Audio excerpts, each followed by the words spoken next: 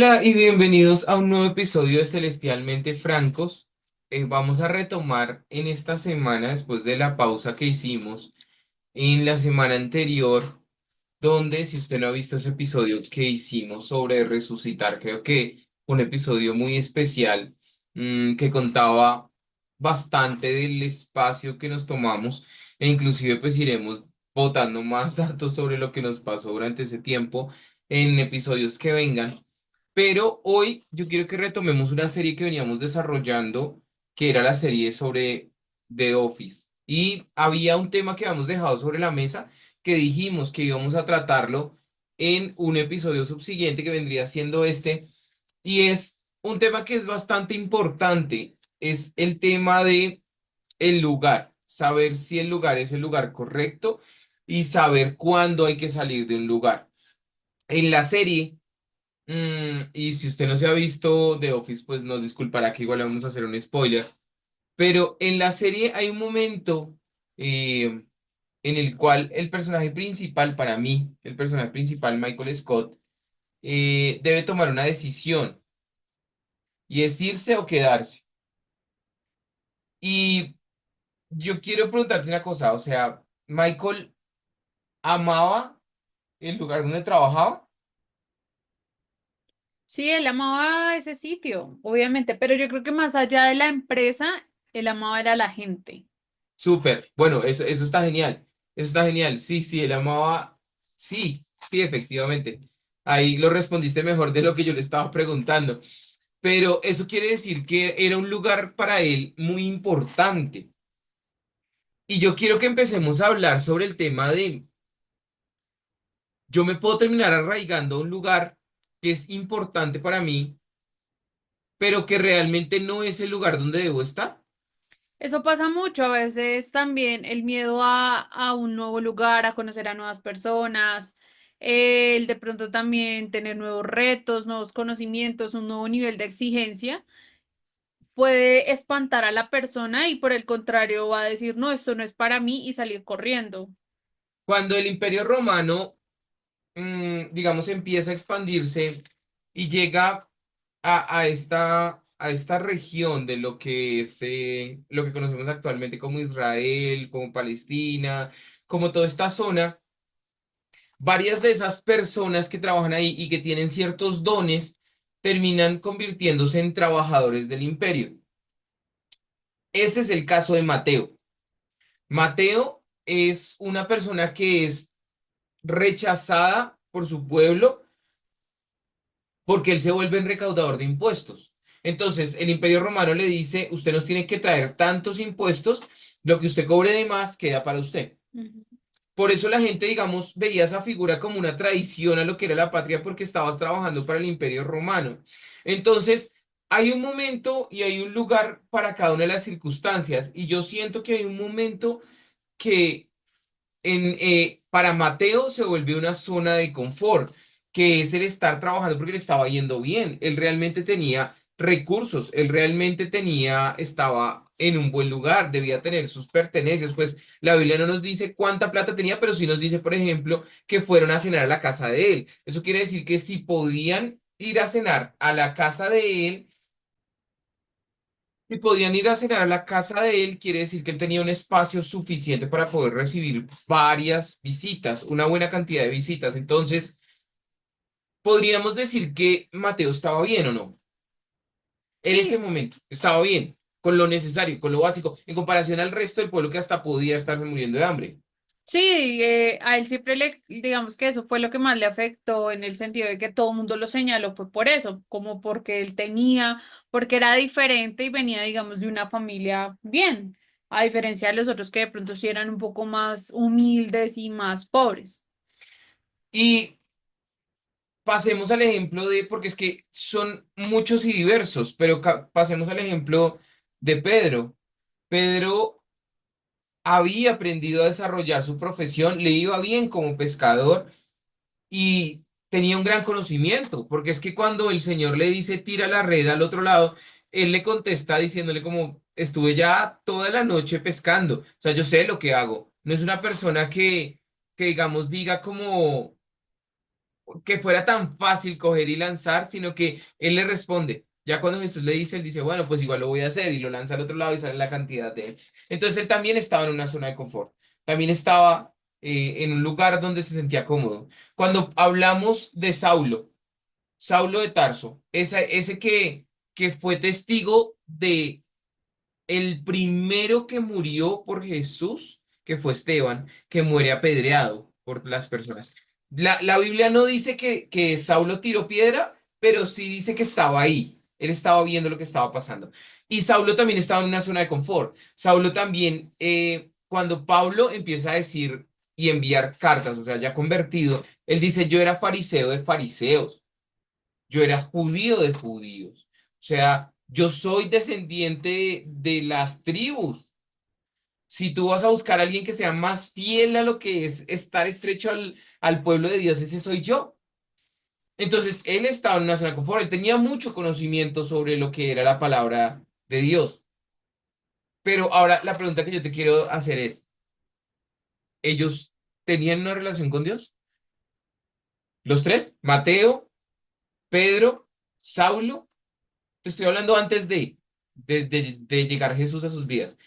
Tenían conocimiento de, porque otro tema del que yo les quiero hablar que me parece siempre me ha parecido muy interesante es que todos los niños cuando son niños son formados en la palabra. Todos los niños cuando son niños les es enseñada la Torá, pero los que mejor tienen perfil son los seleccionados. Los demás los mandan de vuelta con sus papás a que empiecen a ejercer la labor de sus papás. Entonces, digamos, Saulo fue escogido, pero Pedro, si lo encontramos pescando es porque no le fue tan bien. Mateo, si lo encontramos convertido en un recaudador de impuestos, quiere decir que no le fue tan bien. Pero no es que ellos fueran ignorantes en la Torá, no es que ellos fueran ignorantes en la palabra.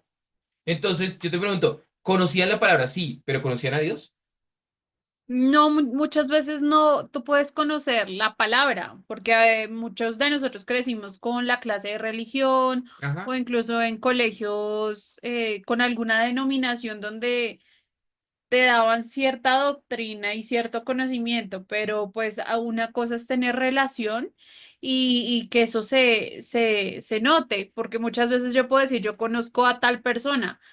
Sí, yo te puedo decir, no, pues yo te conozco a ti, pero eso va más allá de la relación que podemos llegar a tener, el conocerte plenamente y el saber, es lo mismo, el saber a ti qué te gusta, el saber a qué no te gusta, que tú haces unas caras y yo ya sé que es por X o Y motivo. A eso me refiero, o sea, es tener una relación y también como intimidad. Y es que el tema radica en eso porque es muy trascendental entrar a analizar que tú puedes estar en un lugar donde estés cómodo y aún así no ser el lugar correcto para ti. Mira que a mí me parece muy impresionante cuando el pueblo, después de haber sido liberado, venían de ser esclavos, y después de haber sido liberado, ante cada obstáculo decían, ah, mejor nos hubieran dejado morir en Egipto. O mejor hubiéramos estado en Egipto porque en Egipto en Egipto sí nos daban carne. Bueno, sí, nos daban látigo, sí, mataban nuestros hijos, bueno, sí, pero nos daban carnita. Entonces, esa es la mentalidad del pueblo. Tenían mentalidad de esclavos. Por eso, alguna vez en una clase de Berea nos decían que el pueblo de Israel de pronto necesitó pasar todos los años que pasó en el desierto porque necesitaba morir la generación que tenía mentalidad de esclavo y que naciera una nueva generación que no trajera eso y esas maletas de esclavo que les permitiera ver lo que Dios quiere para ellos. Y a veces necesitamos eso. Cuando yo traigo a colación lo de la serie, cuando yo traigo a colación a Michael, es porque Michael, tú durante la serie, el tiempo en el que él está, tú no ves que para él exista algo diferente a Dunder Mifflin en su meta, en su norte. Para él, ahí muestran una foto de él de más joven dándole la mano al que era No su jefe en sé. ese momento, con mullet aquí, con el cabello largo. Y para él nunca existió una visión diferente hasta que llega Holly. Y quiero entonces que lo llevemos a un escenario diferente. El lugar correcto es donde yo tenga la plata. El lugar correcto es un trabajo a pesar de lo que yo pueda estar sacrificando. en mi casa, el lugar correcto, y yo quiero ser muy cuidadoso con lo que voy a decir, porque puede rayar a muchas personas, pero el lugar correcto es tú estar metido todo el tiempo sirviendo en la iglesia y descuidando a tu familia. El lugar correcto es tú todo el tiempo estar viajando sin tener una economía sana en tu casa, con deudas, miles de créditos, tarjetas a full, Ujú. sacando fiado todo el tiempo, pero aparentando. El lugar correcto es estar casado, pero estar buscando viejas por fuera. O sea, ¿la apariencia realmente es el lugar correcto? ¿O a veces hay que sincerarse con uno mismo? No sé, o sea, creo que el lugar correcto no te podemos decir cuál es, o sea, creo que eso es algo muy personal. Pero sí creo que en el lugar correcto siempre debe haber un equilibrio. Si es un trabajo, si es el hogar, si es no sé, la labor que estés haciendo, pero también el lugar correcto es donde tú sientas plenitud y paz. A pesar de que sea un trabajo duro o a pesar de que tengas que hacer ciertas cosas, vas a tener cierta plenitud. Y es que yo creo que lo más trascendental es efectivamente eso, el tema del equilibrio. Porque la mayoría de las cosas que yo te dije, con excepción de el tema de lo de las viejas por fuera de, la mayoría de ellas son buenas. O sea, viajar es chévere. El tema de tu tener un trabajo bueno y estable también es bueno. El tema de servir en la iglesia es bueno. Eh, Hay personas, por ejemplo, no sé, que se van a hacer deporte y dejan a su familia. Todas esas cosas son buenas. Y Michael cuando está trabajando en Dunder Mifflin lo hace bien porque cuando se intentó tener un jefe diferente, nunca engranaban las piezas. Nunca. Michael era ese pegamento que ellos necesitaban, en ese momento al menos. Entonces, él estaba haciendo cosas que eran buenas, pero a veces el hecho de que tú estés haciendo cosas buenas no significa que esa sea la parte final. Que eso lo hablamos alguna vez en un episodio cuando hablamos sobre esa relación que hicimos de una prédica que hizo Henry en su momento, Henry González, sobre el tema de la sala de espera, que decíamos que el desierto, esa fue cuando hicimos la serie sobre el desierto, que la hicimos sobre la película de Dune. Decíamos que efectivamente hay zonas y hay momentos que son simplemente salas de espera, pero a veces nos sentimos tan cómodos en esos lugares que los volvemos el destino final. Y al volverlos el destino final, pues hay frustración, porque yo quiero que toquemos un tema en esto que estamos hablando y es, o sea, Dios te obliga a estar en un lugar No, nunca, Dios no me va a obligar a estar en algún lugar, son mis decisiones. y Dios te obliga a la salvación. O sea, Dios te dice, no, como yo te quiero salvo, entonces ven para acá y te voy a mandar de cabeza a la iglesia y te voy a obligar a que te comprometas. ¿Dios hace eso? No, todo es decisiones. O sea, cada quien decide qué hacer de su vida, tomar decisiones si es bueno, si esto es malo, si le conviene, si no le conviene. Ese lleva años, ese meme, pero a mí me parece muy ilustrativo. Ese meme que ya lo han convertido en video de dos personas que están excavando, una al lado del otro, y entonces el que está excavando de este lado encuentra un diamante, y entonces se lo lleva, y el del otro lado vio que él sacó un diamante y se viene para acá sin saber que en la pared que él tenía habían 20 diamantes más.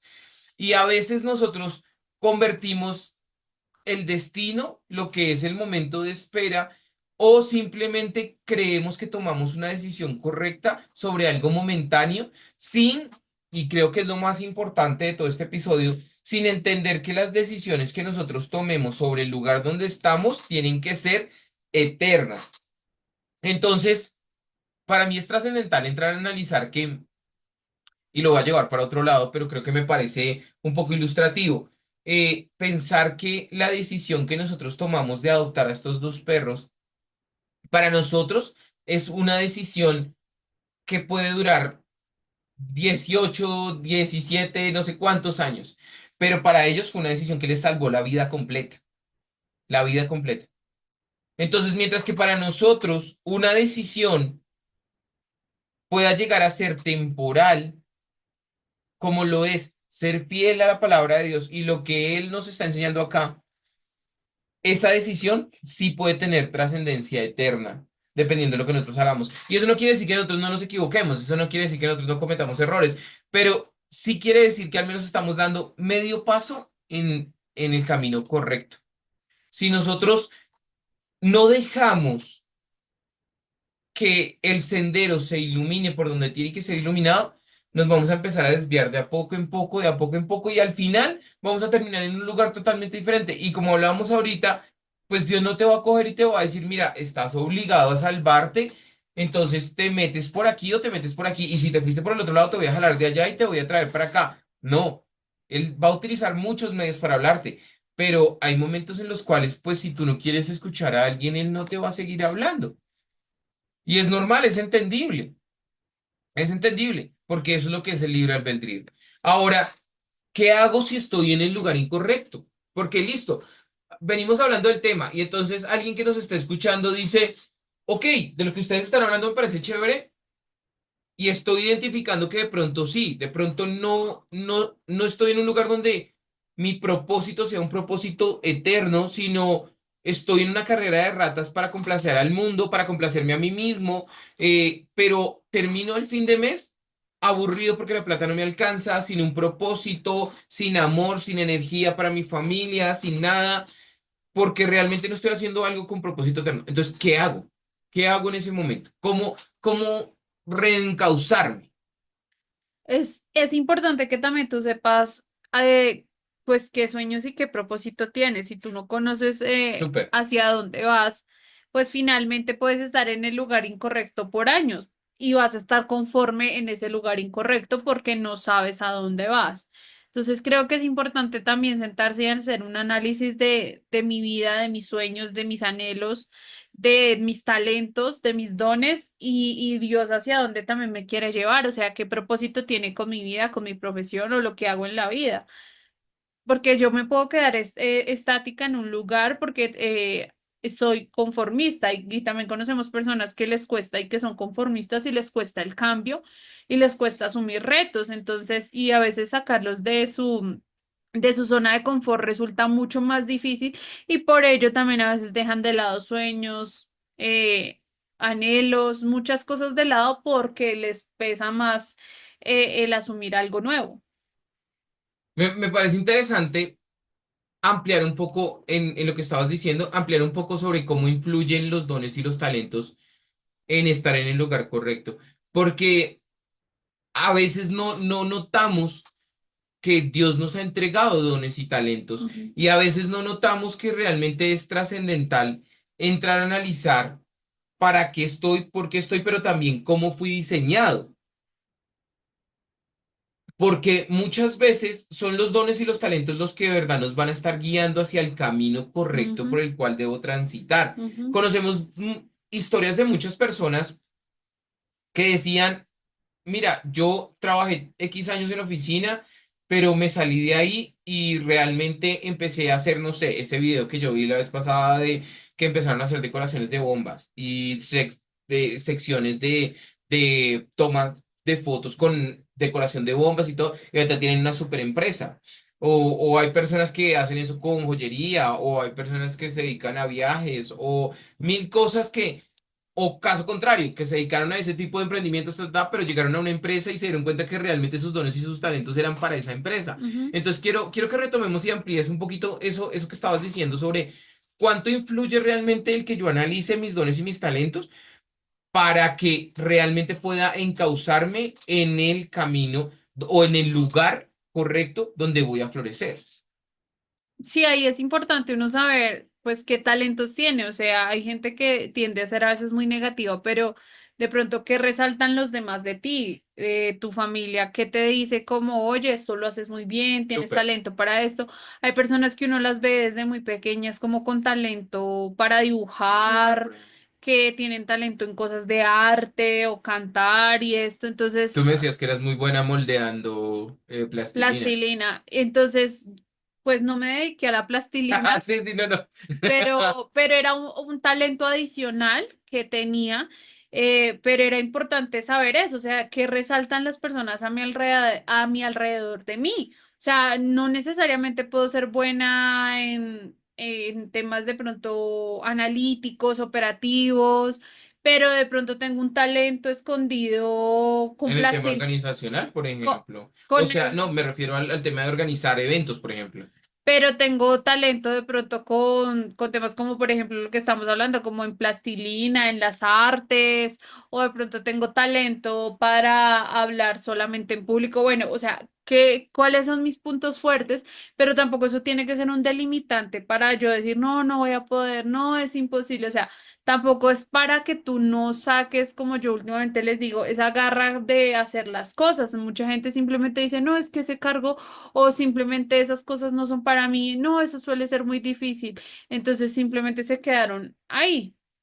Genial. Entonces, no es que si estás en el camino donde te sientes estancado, en el camino que realmente, o en el lugar que no es el correcto para el resto de tu vida, no puedas salir de ahí. Realmente tienes que entrar a analizar, revisar cuáles son tus dones, cuáles son tus talentos, pero también cuáles son tus sueños, cuál es tu proyección y más que cualquier otra cosa, cuál va a ser la semilla eterna que tú vas a dejar en este mundo.